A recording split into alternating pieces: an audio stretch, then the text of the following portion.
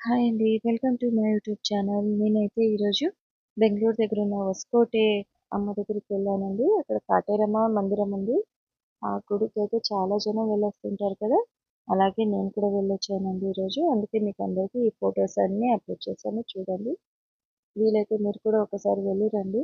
అక్కడికి వెళ్ళొస్తే చాలా బావుంటది. అక్కడైతే ఈ దీపాలు అన్నీ వెలిగించాను. నేను కూడా దీపం వెలిగించాను, కాయ కట్టాను. అంతా మా పిల్లల మంచి కోసమండి. పిల్లలు బాగుండాలని అయితే నేను కోరుకొని అక్కడ దీపాలు కూడా వెలిగించాను. లోపలైతే గర్భగుడి ఉందండి. అక్కడైతే చాలా బాగుంది అమ్మవారు. అక్కడ అంటే ఫోన్‌లో అలో చేయలేదు. సో, అందుకని నేను ఫోన్ తీసుకెళ్ళలేదు. బయటనే పెట్టి వెళ్ళాను. బయట అయితే ఇక్కడంతా ఫోటోస్ తీసుకోవచ్చు, వీడియోస్ తీసుకోవచ్చండి. చూడ్డానికైతే అక్కడ వాతావరణం అంతా అమ్మ గుడి చాలా ప్రశాంతంగా చాలా బాగుంది. మీరు కూడా వీలైతే ఒకసారి వెళ్ళి రండి. అమ్మ ఆశీర్వాదం తీసుకోండి. చాలా మంచి జరుగుతుంది.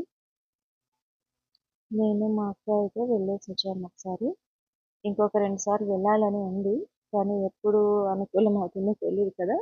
ఎప్పుడు అమ్మ ఆజ్ఞ ఉంటే అప్పుడు వెళ్లి రావచ్చు. నేను ఇంకా వెళ్ళడానికైతే నేను ట్రై చేస్తాను ఇంకొక 2, 3 సార్లు.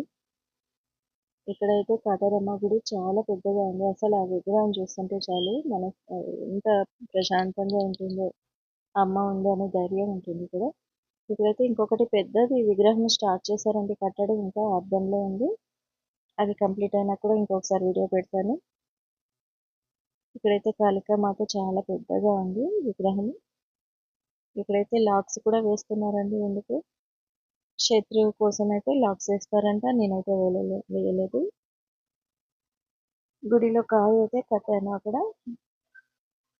అలాగే అమ్మ దర్శనం చేసుకొని అక్కడ అన్నప్రసాదాలు కూడా జరుగుతుంటాయి. అవి కూడా భోంచేసుకొని రావచ్చండి మనము. సరే అండి. ఇంతసేపు నా వీడియో చూసినందుకు మీ అందరికీ ధన్యవాదాలు. బాయ్ అండి.